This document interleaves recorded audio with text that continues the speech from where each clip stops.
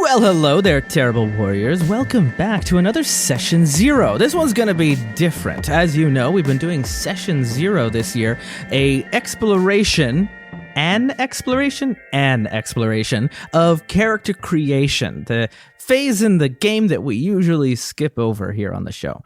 We have already looked through games that we have played in the past, Star Trek Adventures. We have looked into settings we're all familiar with Cyberpunk Red. We went through a game that had got me really excited with Morkborg. This game was something else that we're talking about today. Nibiru appeared on the cover to be a different game than I ended up reading in the book. This is very much a case of don't judge the book by its cover.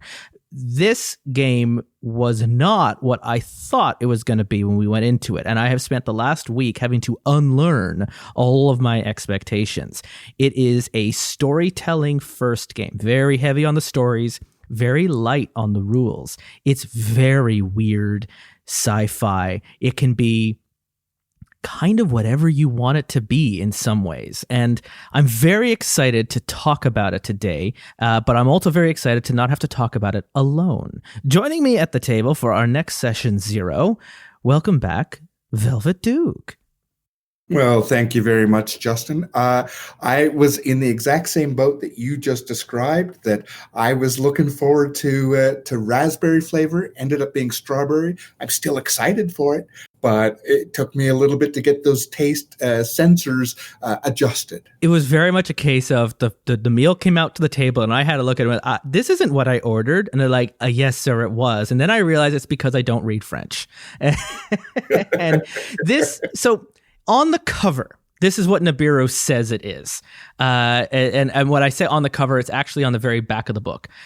Nibiru, a colossal space station home to millions, where stories of drama and struggle are written on a daily basis. Take on the roles of vagabonds, people who wake up inside the station, devoid of memories as they search far and wide for the lost remnants of their past, while setting into motion a series of events that will change the face of the skyless world forever. So I picked up on a couple of things there. Of Nibiru is a colossal space station, and we're playing characters that have no memories of themselves. And through the game, you remember your past, and you begin to fill in your character sheet. So at the beginning of the game, your character sheet is quite empty, which is, unfortunately for Session Zero's format, means we haven't created our characters, because even if we did, they wouldn't remember who they were anyways. So in the last couple of episodes, we have all come together, we've made our characters in advance.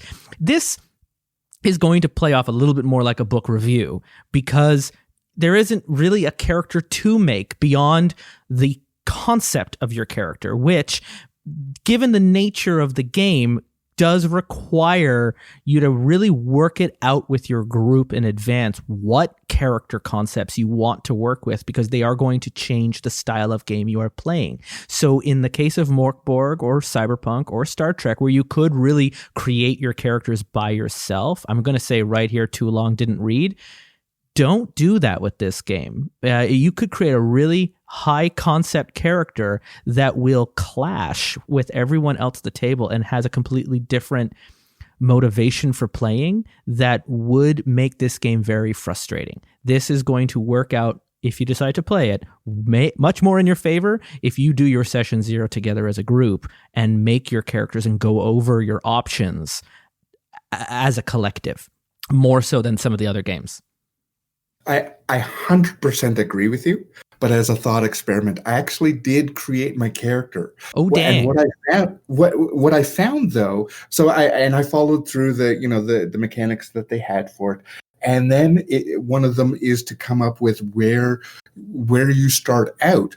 And I was pleased by how much the concept I had suddenly fit into one of these areas, and it was like, oh, like that aligns. But I absolutely agree. If I were to do that and bring that to the table, now everybody else would have to shoehorn or just jump on board with. Yeah, exactly. Either you're going to quarterback them, or you're going to be dragging them around, or you're just going to be pulling the group in different directions.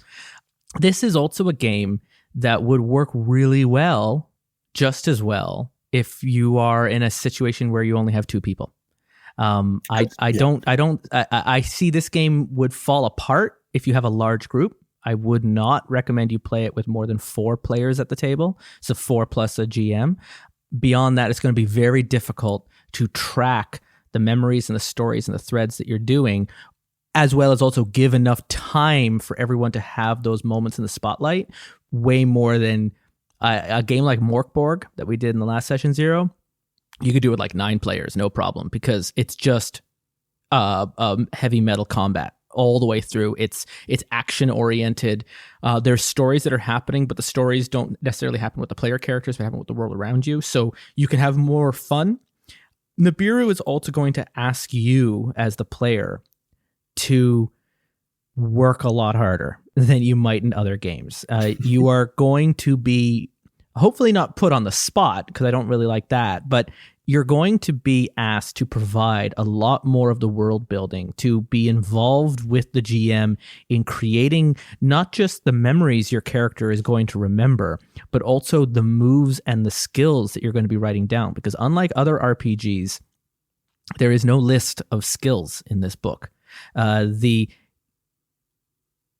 gameplay style of your table might change from game to game, and so they have left it literally blank to fill in as you go. Maybe melee combat is enough to cover all that skills, or maybe your game is getting a little bit more nuanced and you want to have specific weapon types to be written down, like in something like in Cyberpunk Red, where a blunt weapon versus a sharp weapon, and you would have different skills for that. Maybe combat isn't interesting enough to, or isn't the focus of your story, and you don't even need to differentiate between range, and you just put combat as your skill. So it can be as generalized or as specific as your game group requires. And that can be, for some groups, incredibly frustrating, because it leaves it to be like all options are options, so then no option feels like an option. So Nibiru does ask this in advance, and fair warnings, we go into it. There's a lot of nebulous gray zone in this book that, while the world building is so juicy, like, I just want to eat it. It's like a full steak. But the actual mechanics of the game are left very nebulous intentionally, so that the characters, the players themselves, and the GM have a lot more agency to craft the game they want to be playing as they're playing it, which is a good thing and can be a very frustrating thing depending on the group you're with. So I'm hoping in the next hour, we're going to help demystify what this game was, what I thought it was going to be, so that if you decide this is a game you want to try out, you're going in with more open eyes on what it's going to be. I love it. I think it's great. I do think it will take a very particular group and intention of that group to be able to enjoy it. And for some players, this might be very frustrating and might just simply be asking too much. So that's kind of my little slug line at the very top before we get into the article. And unfortunately, this is the type of game where you need that long of a slug line just to kind of wrap around, because they are so nebulous. They're making you do that work. This is a game where, as I have now personally found out, because I pitched it to Velvet without knowing what the game was about, you could very quickly sell this game very easily to your friends, and then sit down and open up the book and go, oh crap, this isn't what I thought it was going to be. And then you're stuck here now, having committed time to preparing for this game, and it's not what you wanted it to be. This game knows what it wants to be in a certain way, and I think the best way to help explain, because now you're in like 10 minutes going like, what are they talking about? They're all talking about in circles, it's all in riddles. Let's, rather than talk about the characters here, break it down on what Nibiru is as the setting. And I think the book, weirdly enough, I was reading through, character creation isn't until page 126 of 207. The first like 2/3 of the book are all setting. And I think that was a very wise choice from the game creators, because the characters inhabit this world even though they kind of don't. I'll explain that in a minute. And it really does help if everyone who's going to play this game knows what Nibiru is, knows about the locations and the setting, so that they can have informed choices on if they even want to play this game, which again requires a lot more understanding of the game than you might necessarily ask your players. Like if I'm sitting down a game of D&D, I always tell them, like, you don't have to read the rules at all. I'm the only one who needs to read the book. You can just show up and play and have a great time. You could do that with Nibiru, but it might be better off to share the game with your friends and have them all read a little bit in advance, at least in bits, so that they know if this is something they want to get involved in or not. So, and what you just said is what I think that it is a failing in this rule book is that, page 8 or wherever they actually start their chapter 1, I think if you had just a very quick rundown of, what to expect from this book, I think that would help a lot more for the people who are looking for action storytelling or looking for something where it's not, you're not going to have to be a journalist. Just manage the expectation of each type of player, including the narrator, so that they know what their role is with this world before they have to go through all of. Like, I think it's great how it's laid out, but even just having that one or half a page, if not a full page, saying, "Hey, here's the quick start." And why you might be interested in this. And this is a book where, it was written towards, I think, just a different demographic. It's a very indie book because I got this through Modiphius, but they're just helping to publish it. It's written by a company, Erucana Media, and writer Federico E. Sans doing all the writing here. And this does really come off as like an indie title, and it does come off as a book that was written for an indie game audience who are really into storytelling games above all other kinds of games. It is not, now that has gotten, a bigger publisher and a nice book and packaging has been sent out, it's ending on store shelves and being put into hands of people that might not have even been the target when it was first put out. And it would need a page at the front of the book to be like, what have you got in your hands? This is what it is, and this is what it's not going to be. Would have been very helpful. So Nibiru, as we've been talking about, is a colossal space station, home to millions of humans. It has been home to these humans for thousands of years, and the concept here of Nibiru is trying to determine what would humanity look like and talk like and act like if their civilization were to grow up in an artificial environment where there is no sky, where there is no nature, where there is flora and fauna in Nibiru, but it's all bioelectric and kind of worked itself into the ecosystem of a space station. So it helps to generate its oxygen and to move water around and all of that. But it's more algae and weird animals that interact with the electronics of the station in a way that humanity is unable to. And this station provides for the humans air, water, food, heat, gravity, and is split up into these different civilizations, these little city-states in areas that they call vaults, these big spheres inside the station that are connected by water pipes and air conduits and electrical conduits, and they have inside them these huge cities. Think like Midgar from Final Fantasy VII, these huge, big metal disc cities inside these sphere vaults is where these humans live. And they have high sci-fi technology like an internet network, but they're all self-contained within these vaults. So when you go to another vault, you're literally going to another to another society that might have its own way of life and language and economy and expectations and traditions.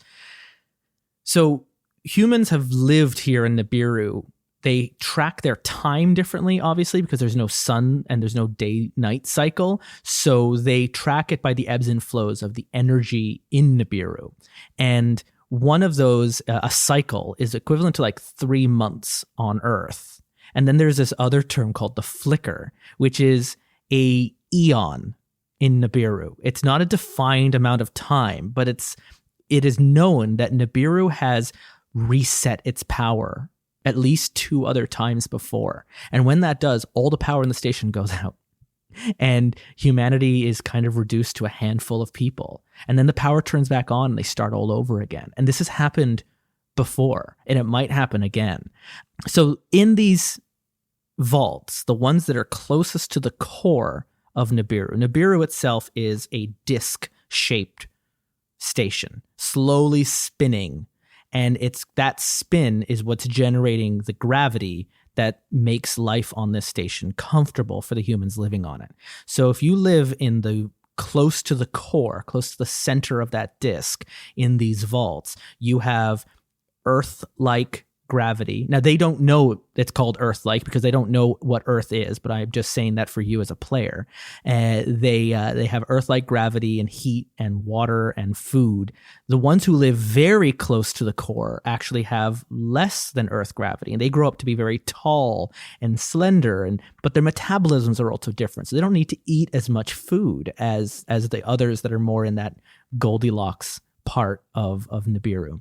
And then the further out you go, the heavier gravity becomes. This is one of the fun things that really break flat earthers, is if the Earth was actually a disk and gravity was being generated by the spin of that disk, then the further to the edge of that disk you get, the heavier gravity becomes, the heavier its influence becomes. So as humanity began moving out to the edges of Nibiru, gravity began to take its toll on them. They have a word for this. I think it's called kabadu, and it's the world's punishment.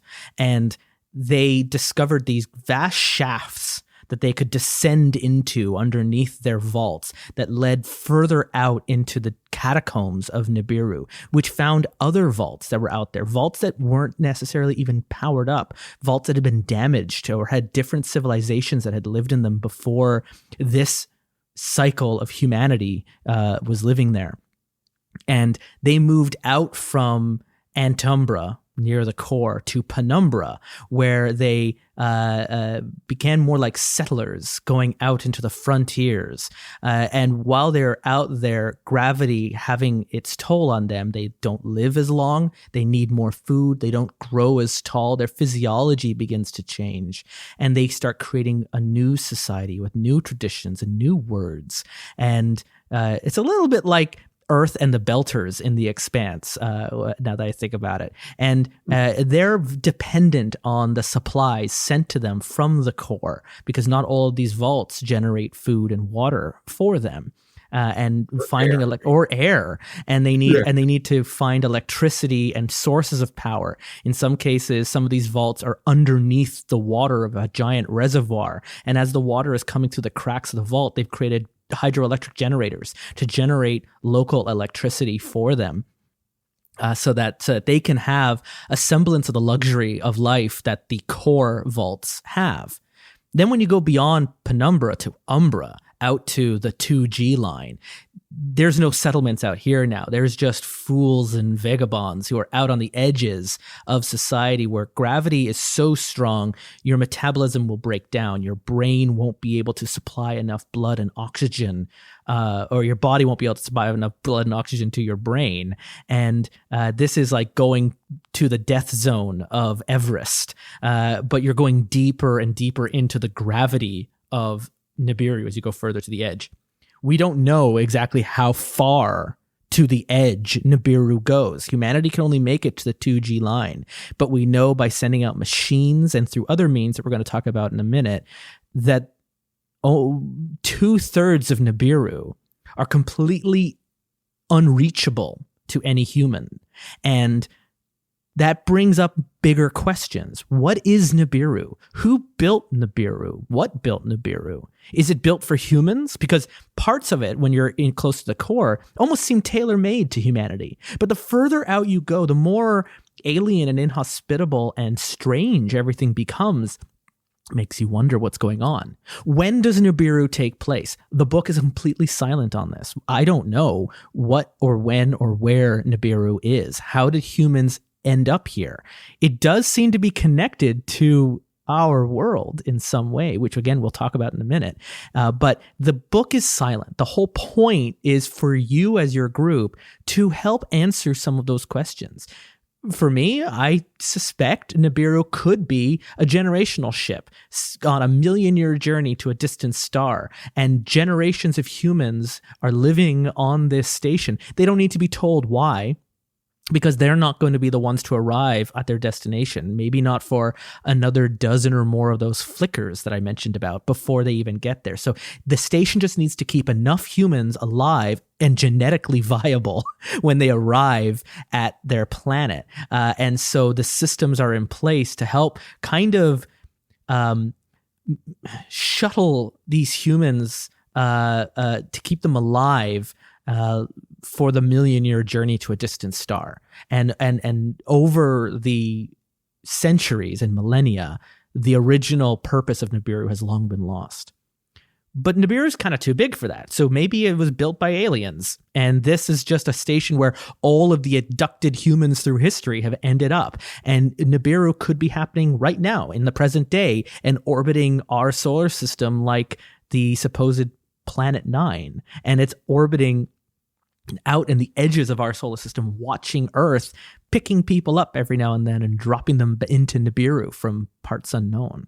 And that the people of Nibiru are actually the people descended from ancient history, from cities like where Gilgamesh would have been from with Uruk, or from the stories from like 3, 4, 5,000 years ago. Maybe that's who populate Nibiru. The game is not going to answer those questions for you. You as the players are going to answer those questions to each other as you begin to uncover your memories. And before I get into that next bit, what were some of the bits about the setting of Nibiru? Because I know, Velvet, you and I were talking about this before we started recording. There were some bits about the setting that really struck you. So I'll give you a moment here to talk a bit about where this game takes place. Thank you. I agree with you that the system itself is very agnostic about whether this is happening in our universe, some other universe, if it's human designed, if it's alien designed. And I love that it doesn't even seek to answer those questions as a starting point or an ending point for your playtime within this reality.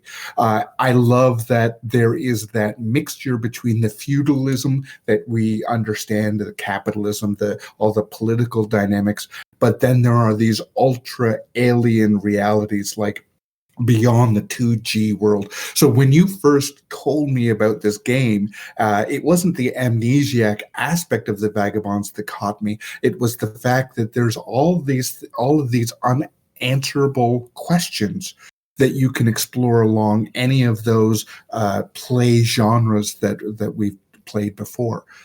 The one that struck me as I was going through this and trying to figure out where I fit in this, I liked the different umbras, but it was the drowned lands, I think they were called. And that is the worlds, the vaults that existed out of the main political system. They were the settlers, as you called them, and they were just trying to survive out here, but they were dependent on back home. But they were discovering things like the liquid was suspended in the air in this haunting fashion. And that it was the description of that vault that made me go, oh, like I like how alien this is, and yet there is a respect for gravity. So there's a respect for science. So you can go down the fantastic and the superstitious or the spiritual or the religious, or you can go into the magical, or you can, like, there are so many flooded countries. That's what it was called. The flooded countries. Thank you. There are so many ways that you could engage with this environment and the folklore and the history and the people and all of the solutions you've had to come up with to survive in this world, or in this small portion of the world, that finally got me on board with, I do want to explore this. and I will just have to find ways for myself to engage with all of the note taking that is asked of us. Yeah. So in terms of the environments, I liked a lot of them. I liked, there were moments where I felt, oh, this is very cyberpunk. Oh, this is very, actually, there was one point when I was reading about Umbra. Umbra is where the flooded countries are. Yeah. But which is the one that is under the core? Yeah, that's the under the core. I think is Antumbra is right. So there's in the center where the haves all live. Yes, moving from layer to layer reminded me a little bit of Spire. Yeah, it really did. But like if Spire had like 17 other spires all around it. Absolutely, this was just one of them, and also you had this sense of this is how the world is. I know that there's a world outside the spire. I know that the upper echelons. I know that the dark elves have been supplanted by the other elves. Like there's a system where I understand this, whereas in Nibiru you're going, okay, I don't understand this. That there's a caste system. Okay, I mean other games have had that, like Spire, but like how much you have been shaped by the environment, not because people forced you to be in that environment. Yeah, the core vaults in the chapter From the Core We Hail, it really was making me think a lot of Spire, but in the way that like Spire does a lot of its descriptions of its place reminded me a little bit closer to more like Terry Pratchett's Discworld, in that it was kind of, there were moments of levity and absurdity peppered in through the Spire that was done for laughs, which makes sense because Grant Howard is a very funny creator and he was involved in Paranoia, and some of his one-page RPGs are just very, very funny. But the this is like that, but with all the humor kind of intentionally stripped away. But where each vault could be an entire game you play in. You might never leave if you're playing in Nineveh or if you're playing in Asher, you may never leave that vault, and you could just hear about all the other vaults because those cities are so full of storytelling for that, where you could get involved into the local politics. And what you were talking about of like being out beyond the 2G line and uncovering the mysteries of Nibiru and what built it and where it is, when it is, that might be what your play group is into, or maybe you're more interested in the core city states and their interactions with each other, and how Tarsus is setting all these settlers out to Penumbra, while Asher tries to hold on to the traditional ways of life, while Nineveh, known as the City of Lights, ruled by the complex AI Europa, tries to instill its more atheistic view on the other city-states of Nibiru.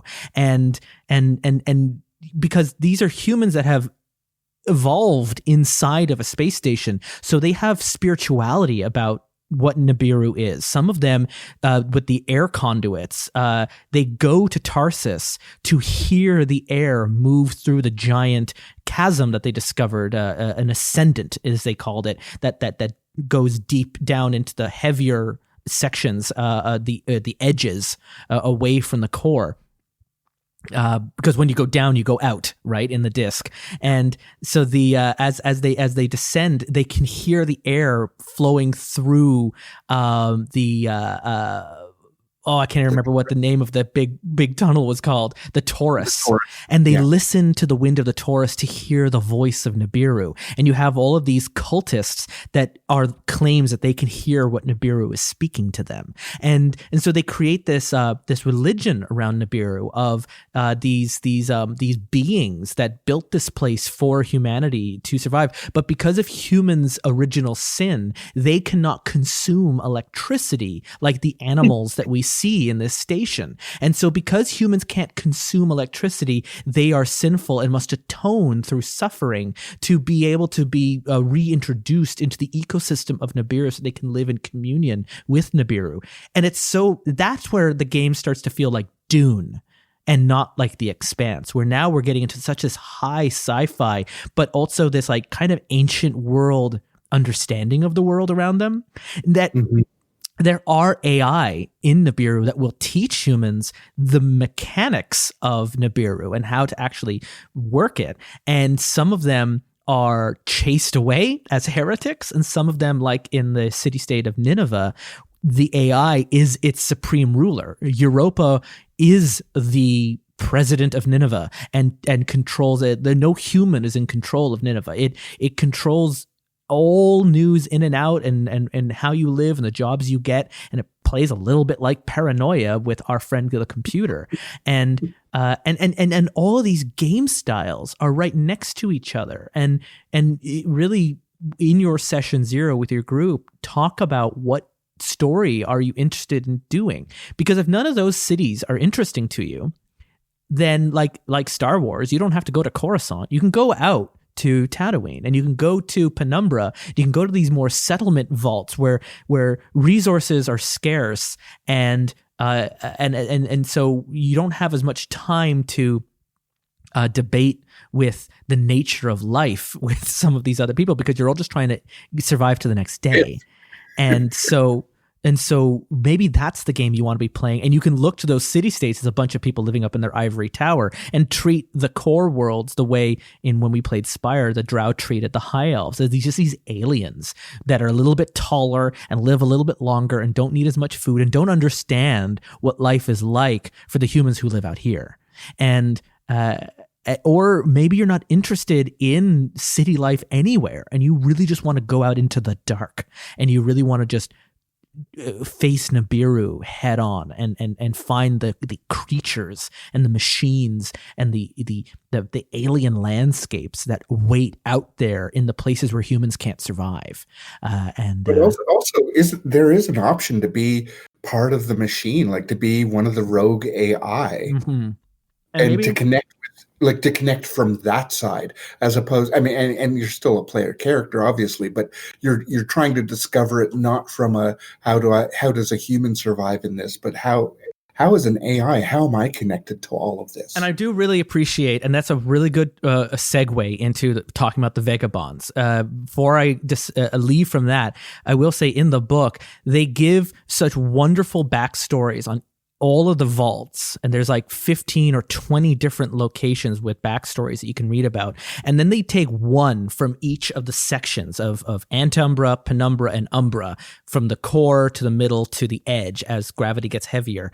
And they give you like a breakdown of what that city looks like. So you see the city that has a big water wheel where the water is pouring down from the ceiling to power its electricity. See another one that looks more like Midgar, as I mentioned, from Final Fantasy VII, this big metal city disk where hundreds of thousands of humans live their day-to-day lives there. And they give you places where you can, lots of story prompts throughout the book of why are you here? What are you looking for while you're here? Who can you meet? And it keeps dropping wonderful little story prompts for the GM if you're looking for hooks to explain what you're doing while you're here, if you're staying for a while, if you're passing through. And it really gives you a lot of inspiration if you're someone who might be worried about writing an original story set in this world. As we mentioned, you can have a very personal connection to the machines or to the animals or to the other people of this world, or even a connection to our world here on Earth, depending on the Vagabonds you play. So how does the players fit into Nibiru? Now that we know kind of a little bit about what Nibiru is, where does the game come in? Because again, this is a tabletop RPG. The characters that you are playing are called the Vagabonds. And they're a group of people that are somewhat acknowledged, but mostly ignored, or even like outwardly people act like they don't really exist. Other humans, and they are human, the game is very clear about that, they are human through and through, who have no memory of who they are and where they came from. And they gain their memories by playing the game using a system that the game has created called the Memos system. So your character sheet, having a look at it here, you really start with only two stats, body and mind. And your body and mind stat are chosen early on from where you begin your place in the world. And that's your stable zone. So your body and mind begin at stable stat. That's it. Your character creation is done now. And you haven't written anything down. As you move coreward or away from the core, as gravity changes its effect on you, it changes its effect on your body and on your mental capacity, because it's also tracking a little bit of your sanity. Because if your brain isn't getting enough blood, you're not going to be thinking nearly as clearly. And so your body becomes unstable as you move both towards the core and away from the core, as gravity gets heavier and lighter on its effect on you. And after a full session, you will return to being stable again. So if you're moving very quickly, like a diver going into the ocean, it's going to hurt you. It's going to maybe kill you. But if you progress gradually to the edges of Nibiru, you will adjust over time. Now, that doesn't account for when you go past the 2G line, because there is just a point where the human body cannot survive. But you can get out to close to the edge and then spend some time and get back to being stable again. So that's kind of the most RPG-y thing when it comes to stats that the game is tracking. Everything else in your character sheet is blank.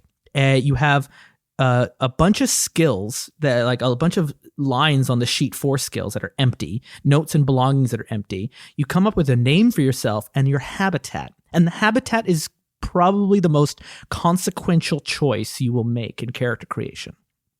So the Vagabonds have no memory, but you're getting your memories back. And at the very beginning, before you even play, you'll probably have an opportunity to write your first memory down.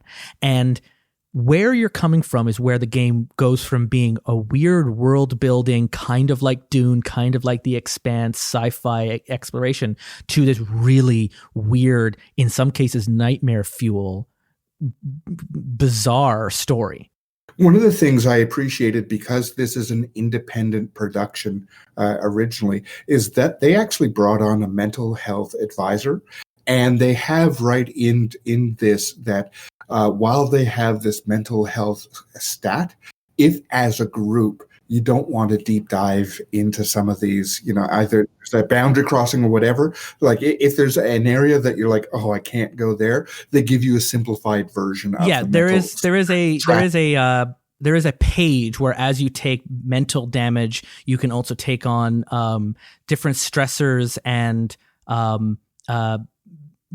degrading mental health that will affect your character. And if there's anyone at your table who's just not going to be comfortable with that, it can just be you can just play with the body stat, and you'll still get everything from the game covered.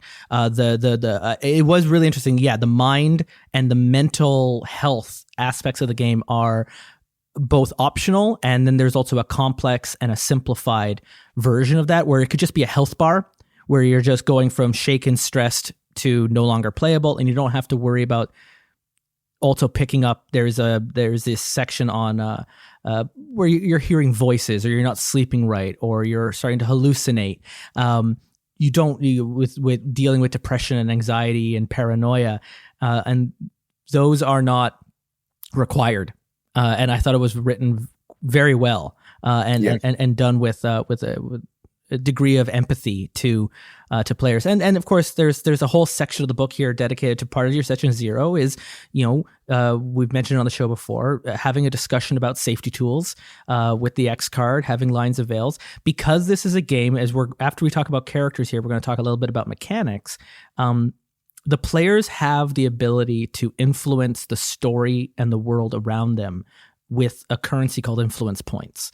And because of that, the responsibility isn't like in a game of Dungeons and Dragons, there's a lot more responsibility on the GM to play the game safely with their players, in a way that the players aren't always going to have that much agency to break safety at the table. Like, they always can if they try really hard, but it's not the same level of responsibilities you have when you're also telling the world building and introducing concepts and details into the world around you. Because every player has that ability at this table, it really does stress the importance of having safety mechanics at your table, because someone might introduce a new concept or a new topic or a new location or a new situation that could be harmful to another player at that table. And so having the X card is helpful, but also having lines and veils where you can determine in advance that I am not okay with themes of X being introduced into this game. And so then it just doesn't get brought up. And so we're not going to deal with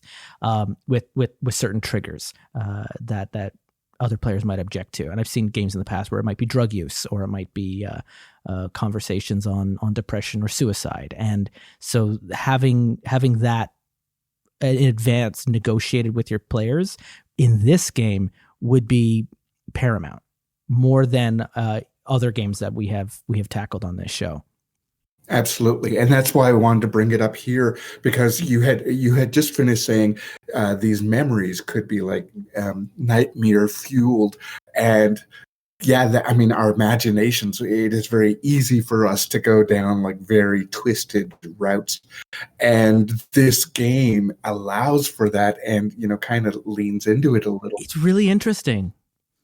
So when you're creating like your character backstory, as you're imagining, where did my character come from? What's going on? You can just determine in the game that that's real, that is like, as you're letting your imagination run wild, you can just run with it. So before I get into the exact habitats, how the story actually plays out. So you got your character. How do you create new memories? So every game you get 1 or 2 memory points that you can spend as a player, and you earn memory points through role playing. The GM can hand them out, both influence and memory points that are used differently. Influence points are used to affect dice rolls, as well as also to introduce characters to scenes and change details of the world around them.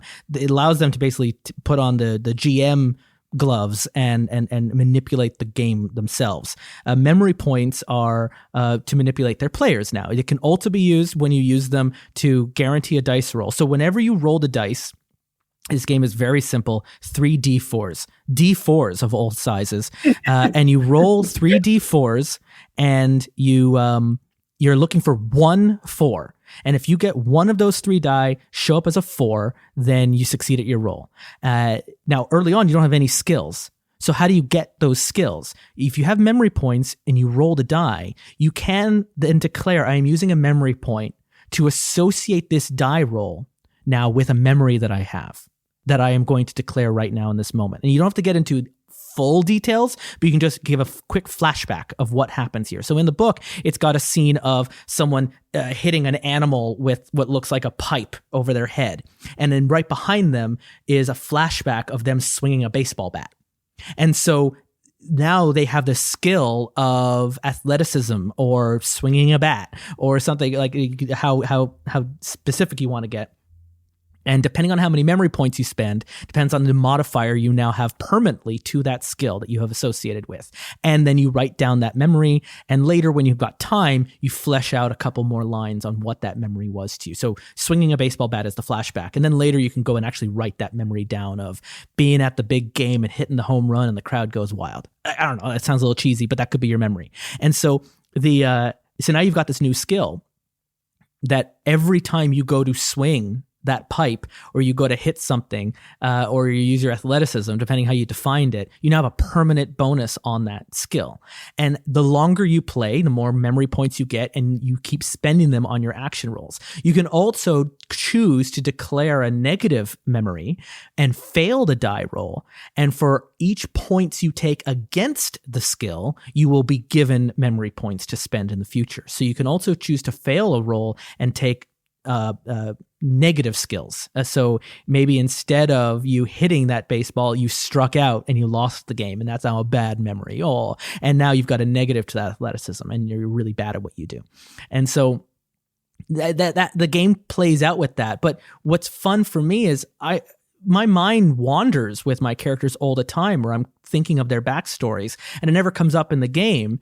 Well, this is as much a game about exploring forward in time as well as going back and declaring your character's origin stories as you're playing through the game.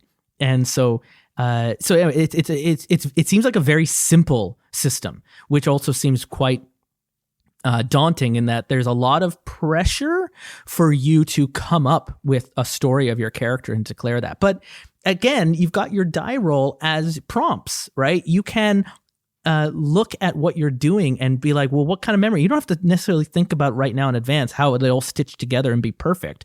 The game says like you can just discover as you're playing it, or you can have a perfectly fleshed out concept of your character that you will have in your mind that you can start to share in piecemeal as you play the game. Both strategies are perfectly valid.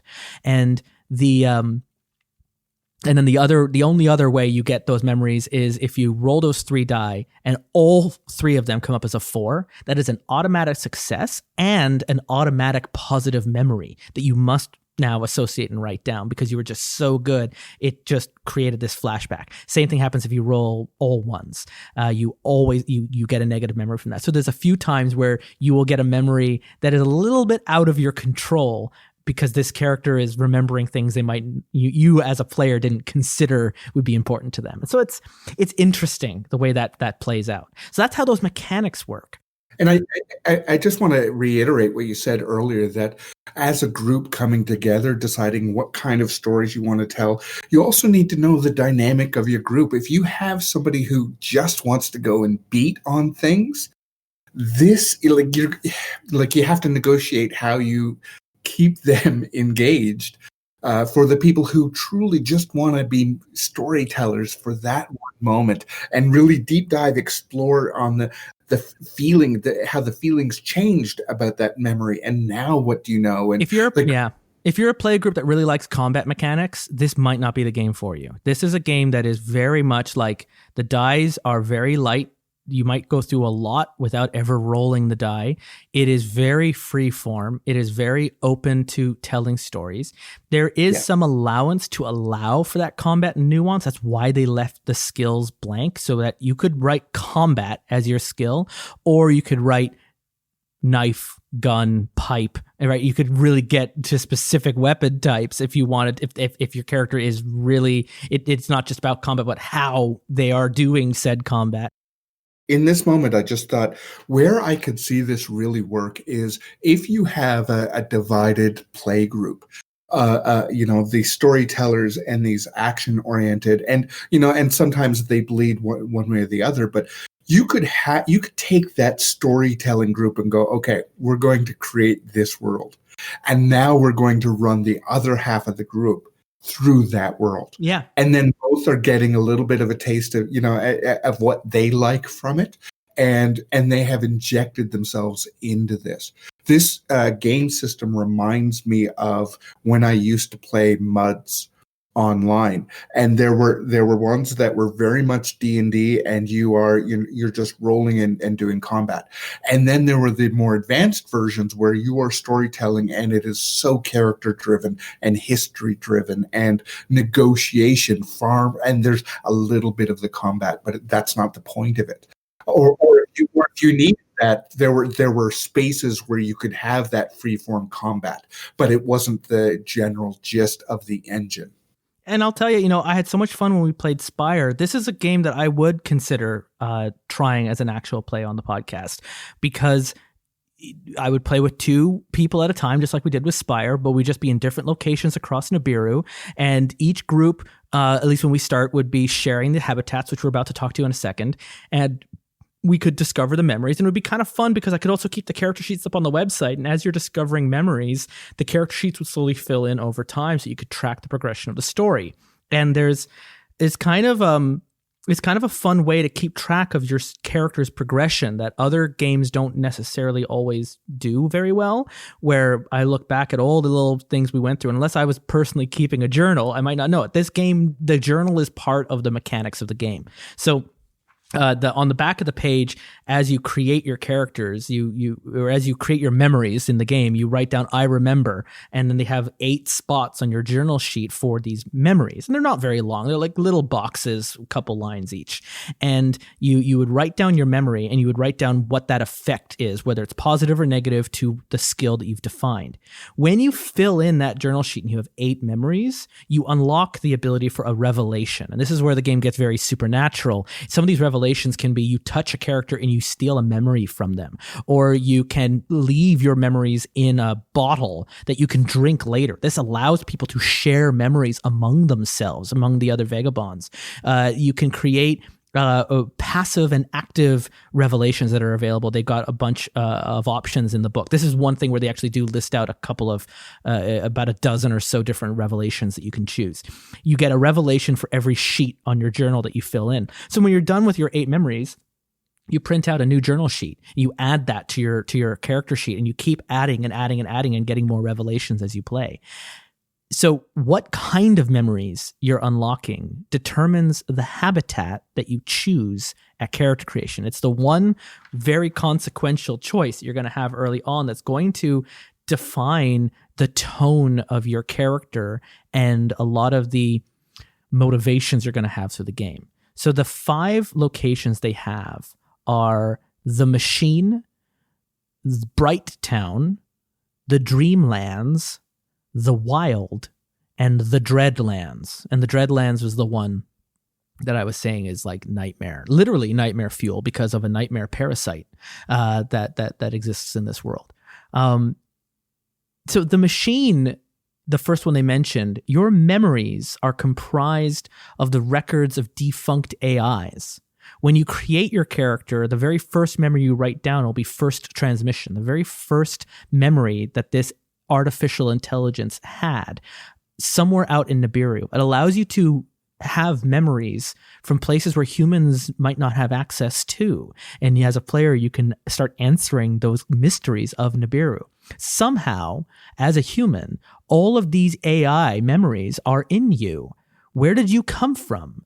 You just show up like all the other vagabonds without memory, without an origin. Those first days are very vulnerable. They say like many vagabonds don't survive their first month because they have no memory and they just die out in Nibiru, out in the dark, from any number of reasons.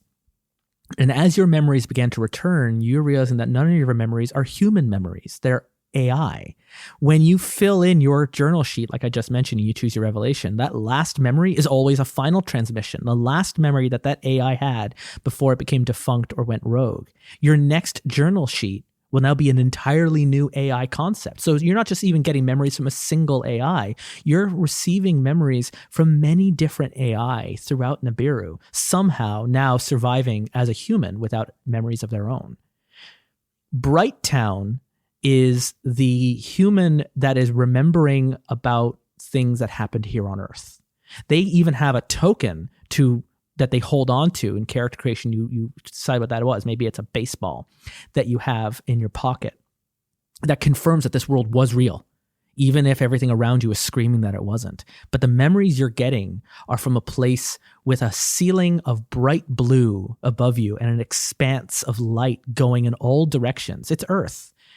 Present day Earth, it even suggests. And you're remembering this world and memories of your own. And it allows for these very colorful landscapes that have no resemblance to Nibiru. And you're very much a fish out of water if you're playing someone from Bright Town. The Dreamland Vagabond is remembering a compilation of memories from other humans' dreams.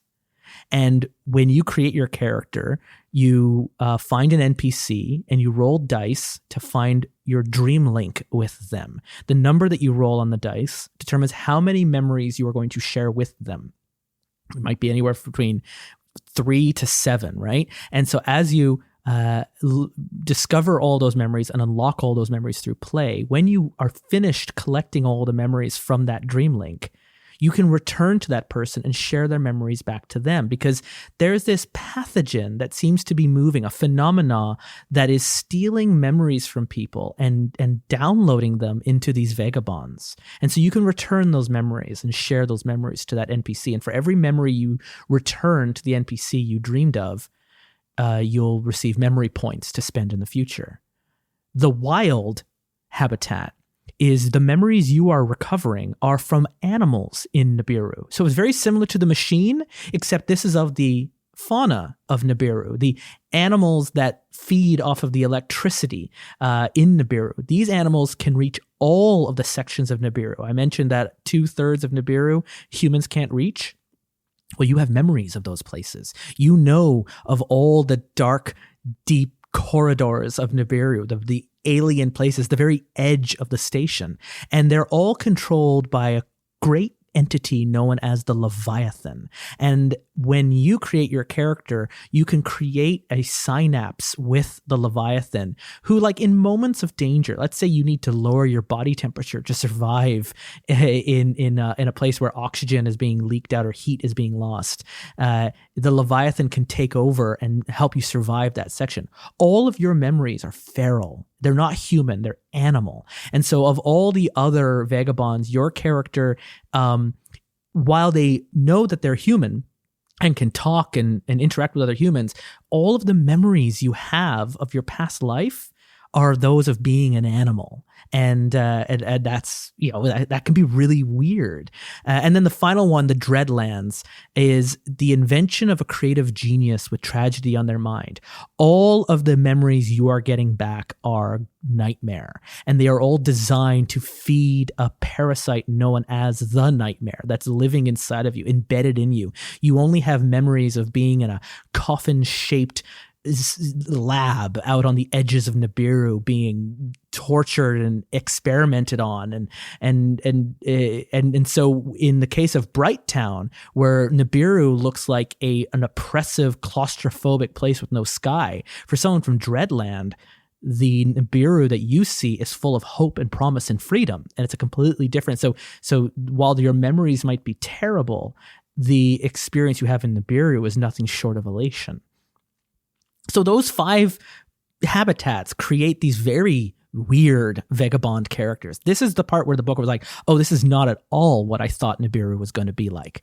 And while you're exploring these vaults and exploring these sections and these societies, the story of the vagabond is very removed in a way from the story of Nibiru. But as you make your memories and you learn about the habitats you came from and how the secrets of Nibiru, you can use that to change, and the revelations that you end up unlocking from those memories and the skills you end up getting from those memories make you into kind of a superhuman, like the kind of demigods of ancient mythology that are walking among the denizens of Nibiru. And this might be a reason why the people of Nibiru fear vagabonds and maybe even act through a code of silence. You never speak of a vagabond. You never speak of their existence or acknowledge that they're real, because they might come knocking at your door. And when they do, you'll be part of history, and not in the good way. So that's it. That's those are the vagabonds. What I liked about it, especially how you just said it, it was very poetic. What I like is that it reinforces how alien this whole existence is, and that you yourself are alien to those around you, and that I'm thinking of like D&D, where you're having that initial conversation with the barkeep to try and get an adventure or something, and how awkward that is. Like, this just reinforces, of course it's awkward, but it also allows for that awkwardness, because your character doesn't know how to necessarily negotiate with that barkeep. Like, how do you human? And and especially like if you have even just one memory unlocked as you're starting, like, you are processing through this whole other way of thinking that they do not and could not access, because they're not you, thankfully. Yeah. And even at the brightest angle of this, like, being super chipper in this world that is not, is just, I mean, it's fun. One of the interesting things they suggest is when you're choosing your habitats with your play group, again, why you should be playing together when you're doing your session 0 as a group, is choose the same habitats, so that if you're all, or at least some of you, are sharing a habitat, then as you're creating memories, you can stitch memories together. You can fill in the gaps of the other person, because you come from the same place. Maybe from Brighttown, you both came from the same place on Earth. Maybe in the machine, you were both AIs working together in the same facility, or the wilds, you were part of the same pack of animals. And so you are able to share and bounce ideas off of each other, and and your own memories, which again can help you if you're feeling, oh, I can't come up with all this stuff on my own. Well, it's overwhelming. I mean, being a stranger in a strange land is one thing, but having most people in that world shun you to some extent, or fear you, or to like that conflict level, it's always better to start on the same side with your partners than not. And even if you do come from the exact same place, you're still going to have a differing perspective on it, but at least you're in the same realm initially, and speaking the same language a little bit. And so, yeah, I mean, I think that the us against the world in this case really plays well, so that you're not having to spend like session 0.1 with each other going, wait, what? So you mentioned, Velvet, you created a concept of your own, after all. Yeah. So introduce me to your Vagabond.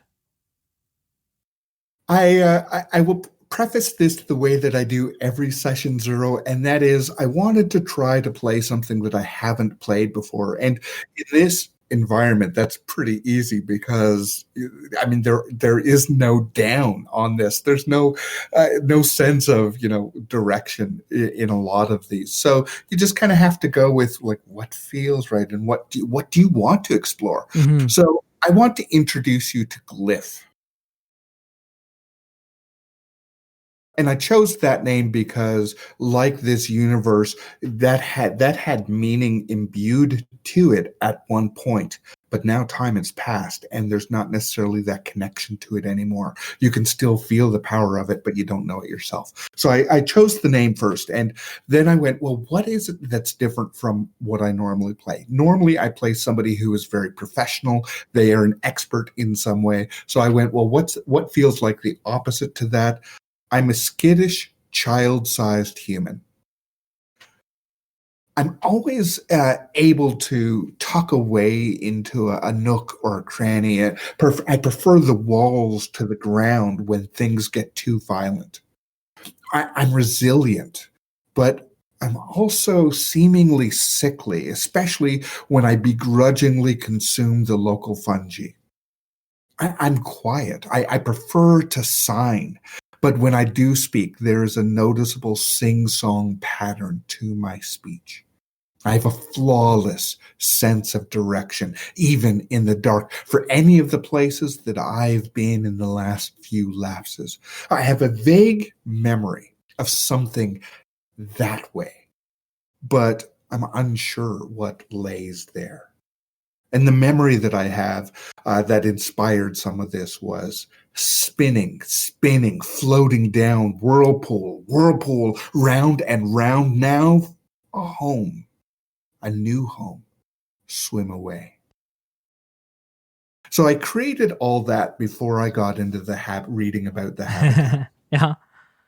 And again, I found this with other games where I go, but that's wonderful. Like Glyph as a concept is perfect. But now we get to discover now as Glyph is starting to learn about themselves, then they start remembering about themselves. And they say like vagabonds could live for years in Nibiru just as an amnesiac. And then one day a memory returns to them and they realize that they're much more than they thought they were. So what kind of memories is Glyph learning?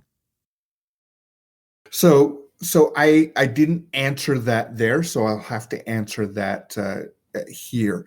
And that is that I used to have a home, but I was the one sent out to find new safe routes, new safe vaults. So we needed to move. There was a sense of urgency of we needed to move from where we were to where we can be again. Because one of the things I like about Glyph, if you don't mind, is maybe we don't need to know about Glyph's past. Maybe Glyph's habitat is of the dreamland. So that the memories that Glyph is learning end up being of the people that have been around Glyph and helping Glyph with their new life. And they start remembering their memories. And Glyph's memories are actually those of the community around them that have helped make Glyph anew. So I like that. But what I will say is then I read the habitats and I went and you were talking about how they have story prompts throughout with the various vaults, etc. They also have these prompts and these mini stories written into the habitats. and to the type of vagabond. So when I read the one for the wild, Oh, and it talked about skittering and slinking through, and I went, oh, that's literally what I just finished writing. yeah. And immediately I thought, I wrote the memory is much more like a goldfish or something, Mm-hmm. or salmon trying to find its way back to its original home. But I also got this like very alien arachnid feeling to it. Cool. Yeah. So you're describing Nibiru through the eyes of an animal or a creature that has lived in the conduits of Nibiru. Right. And as you said, because they have memories from beyond 2G, I'm a human now, but the things that I'm experiencing they're alien to anything that I can process.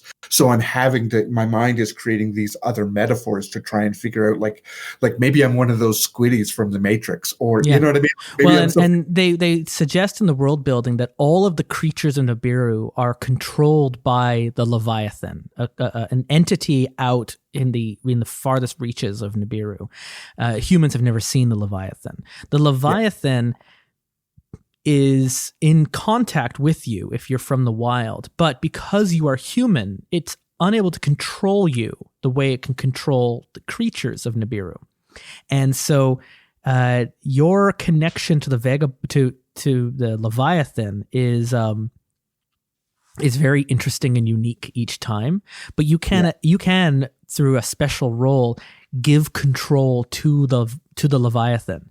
You can give over your speech or motor or sense control to the Leviathan, who will then pursue their own agenda through the scene. But you can offer like, I need you to help me survive. I'm in danger and I'm not going to make it out on my own. And you can give yourself to the Leviathan will get you out of it. Yeah. In their own way. When I was starting to read into this, it was talking about like some of your plus roles. And I thought, again, I didn't prepare for this. Wasn't thinking of this, but the alignment to it that they had, that the system was robust enough for it to fit this concept that I had.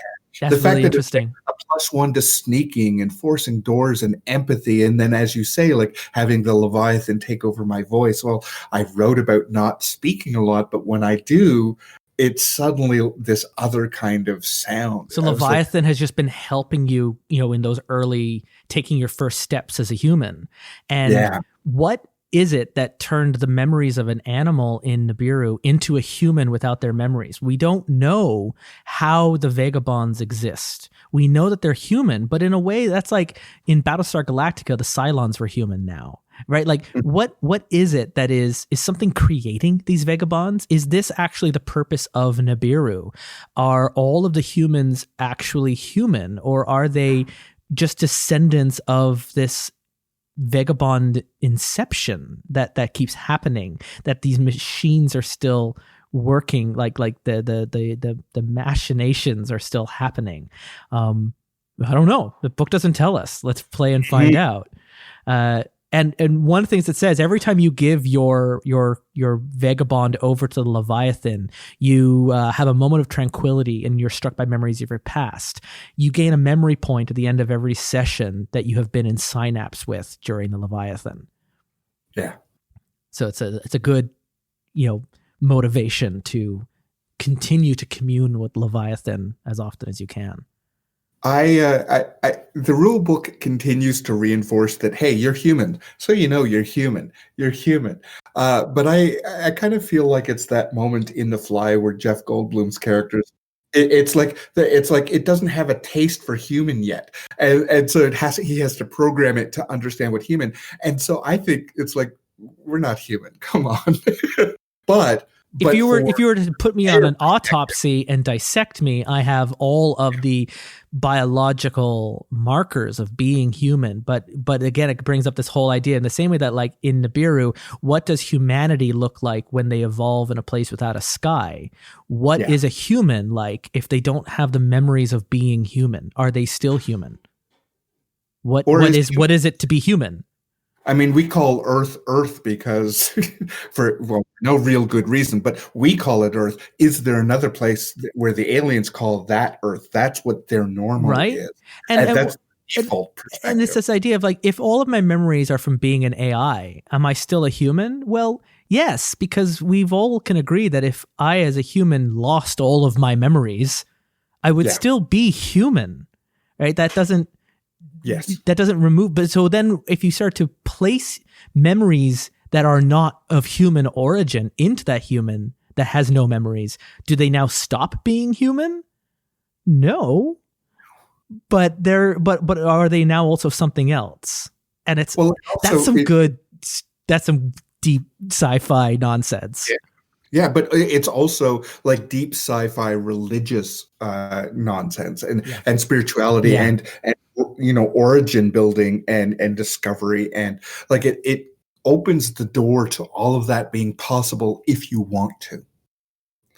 And so anyway, I mean that's how I built Glyph, and it helped me to invest in this rule set in a way that very initially I was having some difficulty getting into, because of the way it was laid out, because there wasn't that initial like cheat sheet. It takes a while before the shoe drops.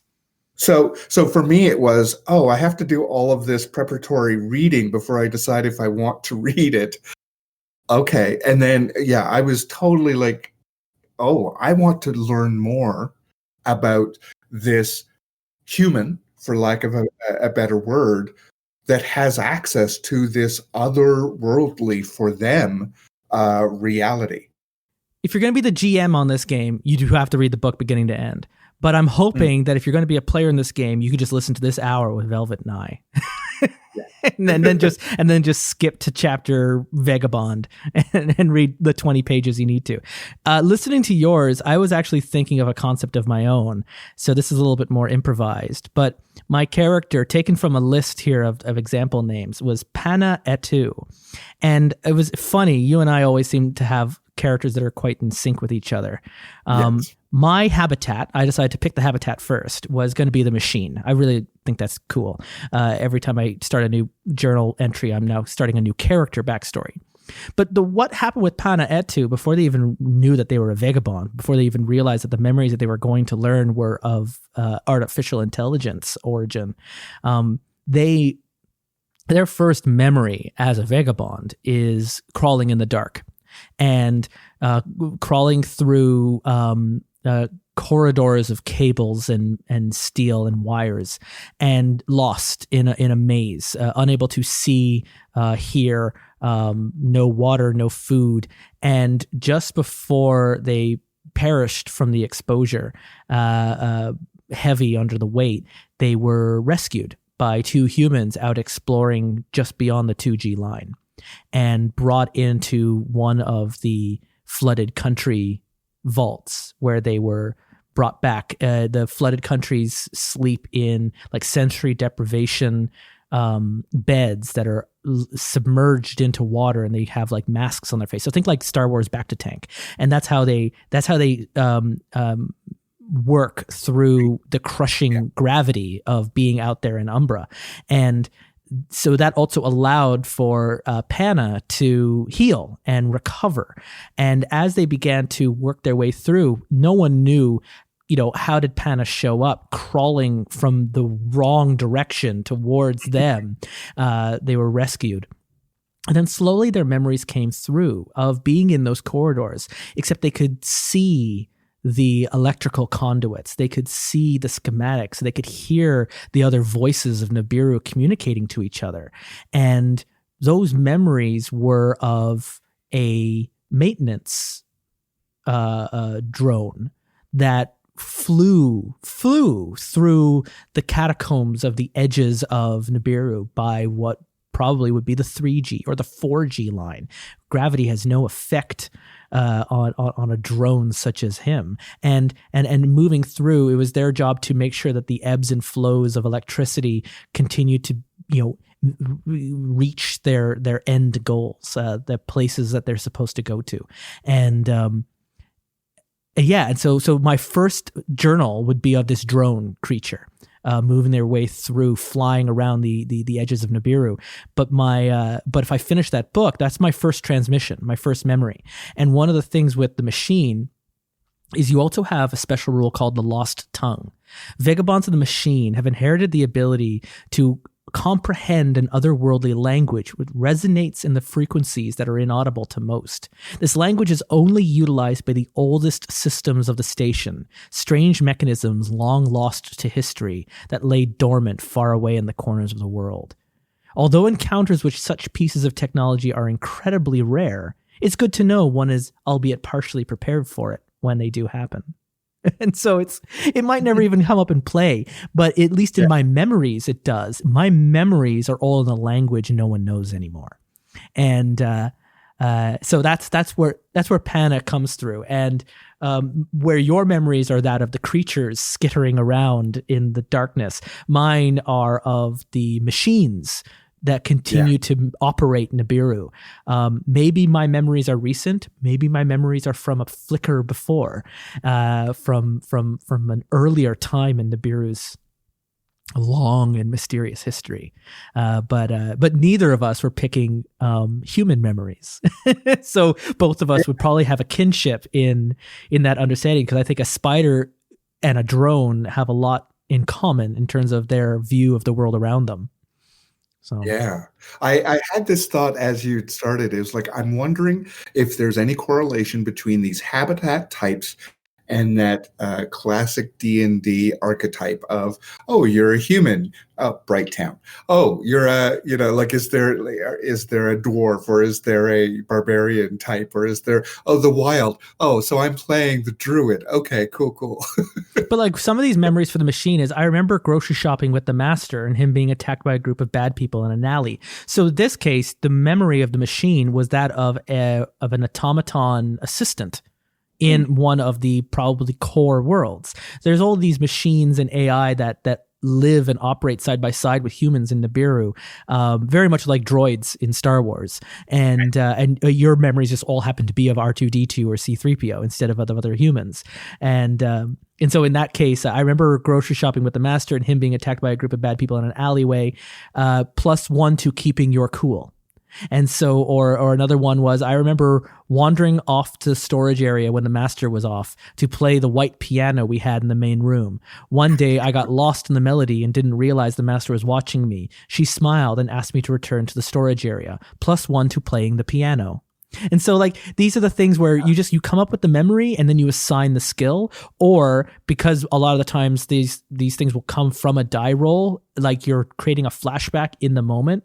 So one example they have in the book is, as you're working in the cabling and you're trying to untangle the cables so you can get to the right cable to plug it into the wall to restore power to the room, whatever, you get a flashback to you doing crochet and untangling a ball of yarn or something.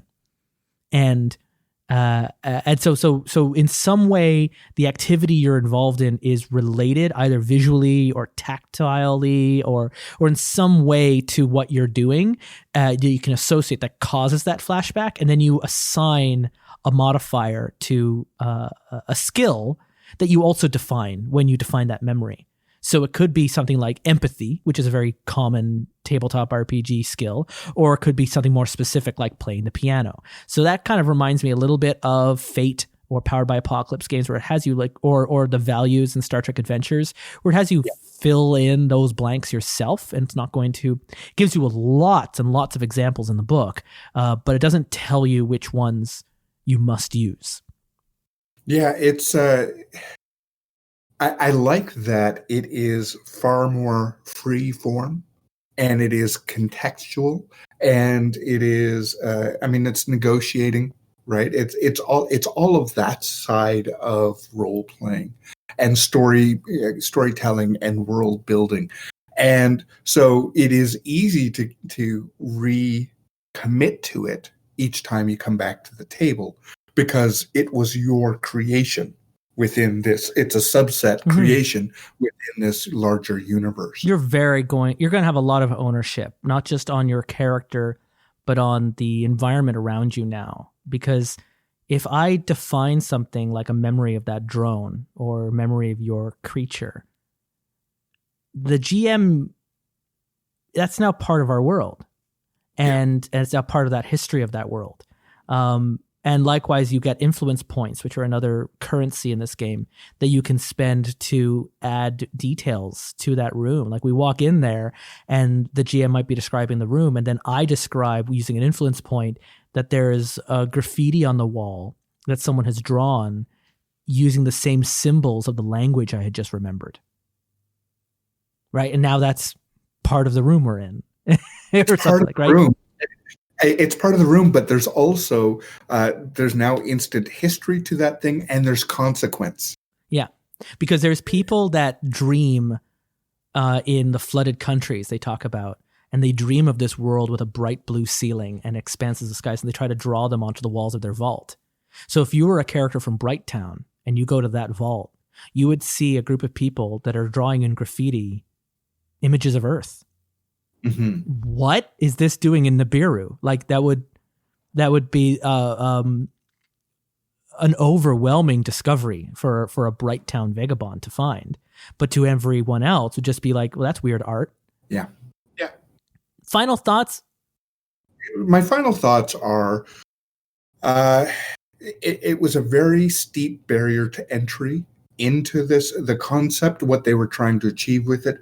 But then once you gave yourself permission to not worry so much about what it has to be and just soak in it, I would be willing to play this. But I also, as you said, I'd be willing to play this more in a smaller group with somebody who has done all of this legwork ahead of time, all the reading, who understands how to stitch these potentially disparate concepts together, and again, without a perspective of it has to end this way. Yeah, and you would need, as a GM in this world, you would need to have a meeting where you can come up with their character concepts, their habitats, maybe the first memories. Have a conversation about the locations of Nibiru and what's going on, because there is no point in you telling them a story that they don't want to play.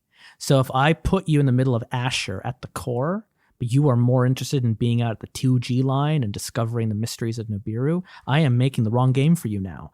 And so I really need to, as a GM, listen to the players at my table, and we need to negotiate what game do we want to play in this? Because unlike a Powered by Apocalypse game, which tends to exist very much in like a tight beam spotlight, so it's very difficult to leave that concept of that game, because if you do, the game will immediately push back and break. And so it's like, no, if we're going to play Masks, you are going to play in a group of teenage superheroes in this city. And if you try to change any of those conditions, the game falls apart. Nibiru is not doing that. It's casting a very wide net in a very big world, but it's giving the option to the players to then choose what part of their world is important to them to explore, which for a GM means I could potentially play this game with multiple groups and get very, very different experiences from all of them, depending on what kind of stories they want to tell. So you would have to have a session 0 with them to negotiate and help, like, this is the world we're playing in. These are the different places. What's interesting to you? Where do you want to go? Where do you want to start? And then after that, and after you meet the Vagabonds and their concepts, take the time, like a week between your next session, to ruminate about what it is you want to hook them in with first. And then once you start, if you can start on a good footing, I suspect the game will snowball from there as memories begin to unfold, and hopefully drama gets created from that, and the characters find their own, and then they will just lead you through it. As long as you can listen to them and listen to their memories, they should lead you through the rest of Nibiru. But that very first session is probably going to be the hardest one you're going to have while playing this game, because it takes a lot to get this engine to turn over, to get it going. I suspect, but once it's going, it should take off. Should. I would add in the caveat that part of that session 0 has to be finding players who are willing to be active participants rather than passively going, I'll go with what the group says, or all, like, you need to actively be part of the creation of this rather than a backseat participant or viewer of the action. Yeah, this would be a really wonderful game to even play if you're with a group that plays games by post and over email, where you can write lots of stories, because it's very much a writer's game. But it is, if you're playing with players who are expecting more of a passive experience, where they're going to get to sit and listen to a story being told to them and being told when to do moves, this isn't the one for them. This isn't going to work out. This is a game for players who are chomping at the bit to be involved in the story, to tell the GM what they want to do. And the GM's role is to know the world they're inhabiting and to help be like a tour guide through that world, but it's not their story to tell. I agree with that. And I would say I'm hearing this, but also, Justin, I think that is your style of GM as well. So it is what I have come to expect when we do an actual play. It's that, yes, you are making sure that the rules are being followed, and everybody understands those. But for the most part, you're going, what do you want to accomplish? What are your goals in this? And this system just naturally, it depends on it in a lot of ways. Your dissatisfaction with this universe is going to be as a result of your inaction in this and not being honest about what you're trying to achieve as a storyteller player. And maybe that's why I've been so attracted to this game as I'm reading it. Because the past few years, my best memories of being a GM have been the moments where I get to, set things up, throw the players together, and then just sit back and watch them all just bounce off of each other. And this is a game where if you find that group and that switch flips off for them, you would have that experience happening, and that can be so rewarding. And I've played games where I have to run everything for everyone, and it's just not where I get the most joy. I like helping to unlock the story potential of the other players at the table. And this is a game where that is literally the goal of the story, of the game, of the characters, is to unlock their stories, to find out where they came from. And my job, and yours if you're going to run the game, is to put them in positions that are going to challenge the characters to confront the memories of their past, whatever they are, so they can discover who they are and what kind of person they're going to be in Nibiru going forward. We were talking before about the optimal number of players involved, and you were saying this, from two to six. I was thinking of it as well. If you really wanted to, you could make this a one-person prompt and just, and focus on the different styles of Vagabond, the different vaults. Like, you could do that for yourself if you're looking to get into writing in one of these genres, because there are so many different, different locations and different effects and histories that happen there. If you were just starting out for yourself and you're like, I'll put this into game terms. If you were looking to start to DM, this might be a system that would give you that sense of what does it feel like to help your players discover their characters' backstories and futures. Yeah, I mean, it is like, if you don't have a play group and you're looking for a game to play by yourself, this is a journal entry RPG. And you just could take your time with those memories as you explore on your own through Nibiru. And when I said 2 players too, I was also talking just like even like a GM and a player. There's only 2 of you. This could work very well as just an exploration and writing exercise between that.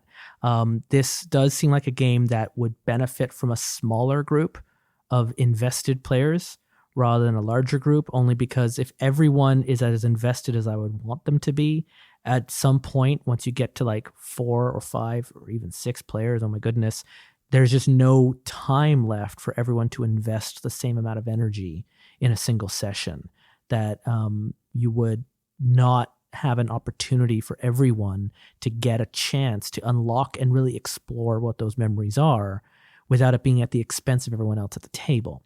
Whereas if there's only 2 or 3 other people at the table with you, they can join you in learning those memories without it feeling like you're robbing them of their own story. Once you get to 5 and at 6 players, I can't even see how it would be possible. In 4 hours, you will just have a player at the table who won't do anything, and they're going to have a rotten time. So if you had 6 people who wanted to play with you to run Nibiru, I would do 2 groups that quickly. And because it's journal entries, you can share these memories with the other groups. Hell, if some of you are playing Dreamland Vagabonds, you could be sharing your memories with each other through your dreams, and that could be part of the story. And so this could be, I could see the same format I used for Spire, where we had like a group of like 7 or 8 people, but we were doing them in groups of 6 or 2 at a time. I could see that format working very well in Nibiru. And even having a spread across the disc so that we could have places out on the frontier and places in the core. I don't know what kind of story would be told, because unlike Spire has a very strong mission of we're overthrowing the high elves. Nibiru doesn't have a mission. Nibiru is kind of like, depending on who you talk to, Nibiru has always been and always will be, or the power is dimming and Nibiru is slowly dying and running out of power, or it's just the end of another flicker and it's going to reset and start over. But it's one of those, like, again, like Dune, it's bigger than you, and it's going to be bigger than you. So the stories tend to be much more personal. And so it doesn't have a goal in mind beyond the goal of unlocking your memories. One of the other, we didn't talk about it, but one of the other things that they say early on is depending on body stress or your mental stress, your character may not survive. And that's okay. But it's the fact that, and that's okay. Like, we accept that this version of your consciousness isn't going to. The world continues on, and you can find other, build a new choice. character. Yeah, the choice to do only 3d4s, and you only have okay, beaten, wounded, and then you're dead. So you only have to fail like a handful of die rolls, and your character's gone. So the game is very much like, you are not playing a heroic adventurer who is competent in a lot of these challenges. You are playing a regular human who has no memories of themselves, which makes them very vulnerable. And so as a vulnerable character, you have to try to avoid putting yourself in conflict, because that can go south very, very quickly for you. So if you're a kind of character who likes taking a lot of risks in your games, also in this, then you'd be prepared to re-roll your character a couple times. This is a game that sounds like when characters die, they die quickly. What it lends for me is this sense of, in other games, I've often had where you have teams, you have your stable of your alphas, the ones that are built as tanks to go out and be the heroes of the world. And then you have your support teams of varying flavors. And I think that in this world, if you wanted to do some one-shot sessions where it is, we need to go and get that light bulb. I mean, we don't really know what a light bulb is because we don't know what a human is, but that's what the quest is for this thing. And we either succeed or we don't. And that's a one-shot character that has succeeded at that gets added to the history books of, yeah. And the book has these story prompts. They have tail sparks all throughout the book. If I scroll to one here, a visitor from the Umbra has been beating practically beating practically everyone at the Loop's most popular drinking game. Granted, she does have a fast metabolism due to coming from the flooded countries, but could the group beat her, and what would they win? Right? Maybe that's your one shot. You're just going to beat someone at a drinking game. The game is full of these tail sparks to give you like a single one shot mission. A local scavenger band has been attacking shepherds past a flooded plain near Sarupto. The band, which has been active for over 20 cycles, has increased their activity. The town council fears a Nakamura barge in exchange for the band's leader. Or the town council offers a Nakamura barge in exchange for the band's leader alive. And so there's like all of these little tail sparks. Like I don't even want to say like almost 100 of them throughout the book, all tied to the setting that you're currently reading about. That as a GM, okay, well, we're going to be in Asher. What are we going to do here? Under a web farm's tunnels, the Atlatu toil for many hours in a lapse, actually more than they are supposed to. And Umanu is taking advantage of the farm systems and have been working extra time, delaying the door's automated system and quickly archiving any complaints they receive. One fearful worker asks for the PC's help to uncover the fraudster. What will they do? And maybe some of these tail sparks will be what you are looking for in your game to help you get through a single session. But you're not going to find those tail sparks until you find where in Nibiru you want to go to first. Yeah.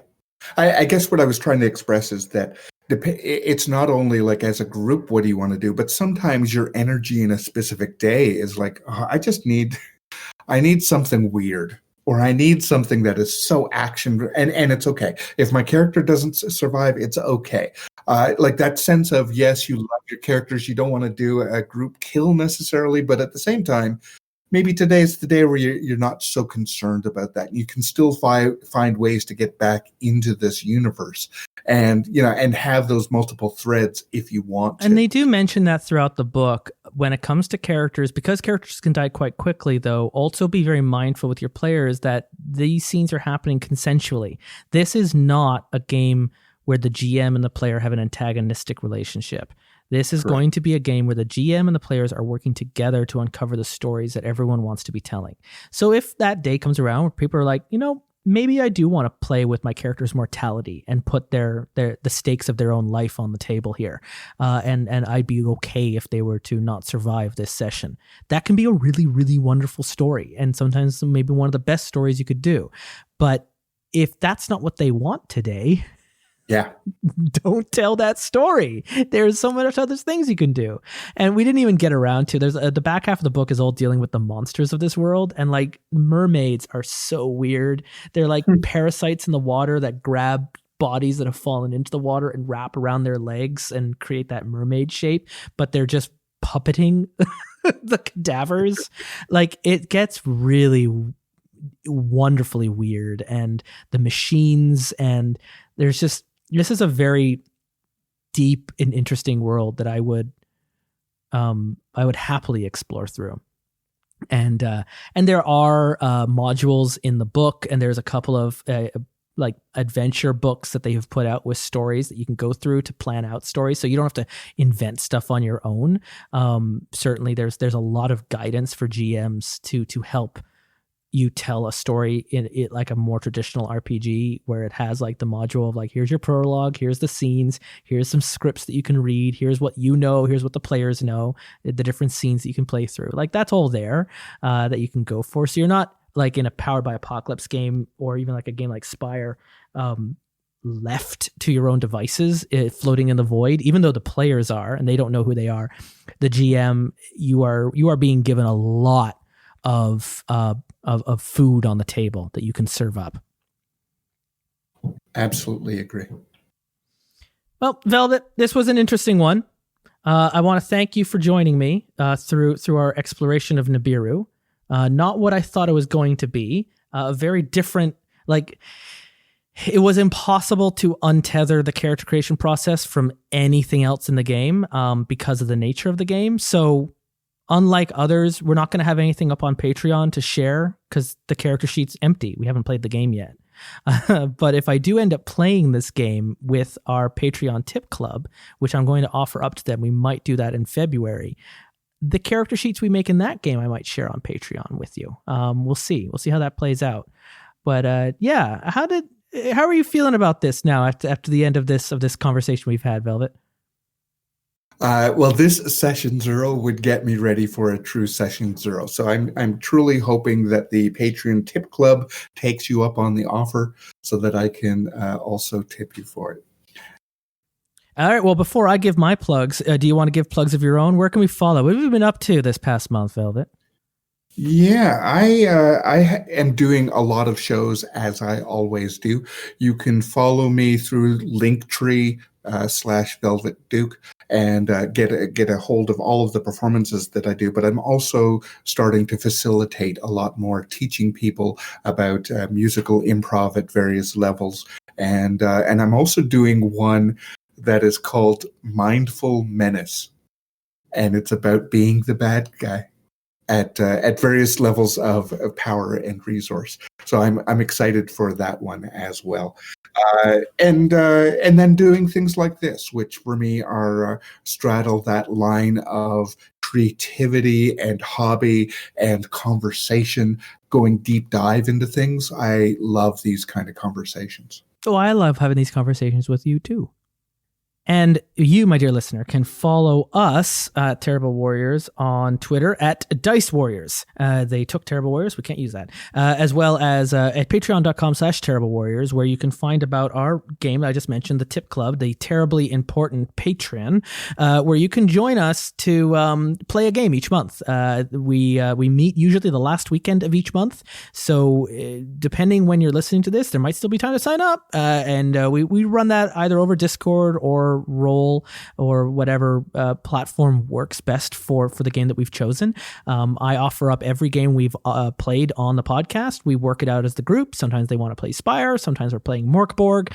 We might play Nibiru if they're up for it, and you can join us for that. If you also have a whole group that you want to hire me to run a game for, that is also available both through Patreon at patreon.com/Terrible Warriors, and also just message me directly. I'm available as a GM for hire, and I've been running games this past year for different gaming groups, virtually, of course, and we'll set you up, we'll work the right platform, get the right game. I'll handle all the game mechanics. If there's a game you've ever heard me run on Terrible Warriors and you'd like me to run it for your group, and you don't want to join up with the Patreon group and play with some strangers, but you actually have like some friends that you'd like me to join up with, we'll sort that out, set that up.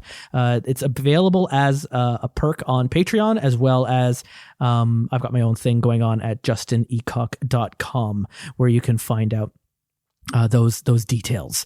So I don't, again, as I have been mentioning every other episode, know what is coming up next. We're playing this by ear. I've got some more interviews planned out for other spotlights. I've got a really interesting new tool that I'm waiting for them to launch. We've got the interview recorded, but we're going to release that interview at the same time that the tool goes live for tabletop. So I'm excited to share that with you, as well as more session zeros. There are other games I want to create characters in for, other ones that are on my list. And if you've got a game in mind that you love the character creation process and you really want us to highlight it on this show, by all means, reach out to me either through our Discord channel with Terrible Warriors, through Twitter, email, whatever it is. I'm very easy to reach on just about every platform. And my last name, it sticks out like a sore thumb, so I'm easy to find. So by all means, let me know. But until then, thank you for joining me through this strange nebulous exploration of Nibiru,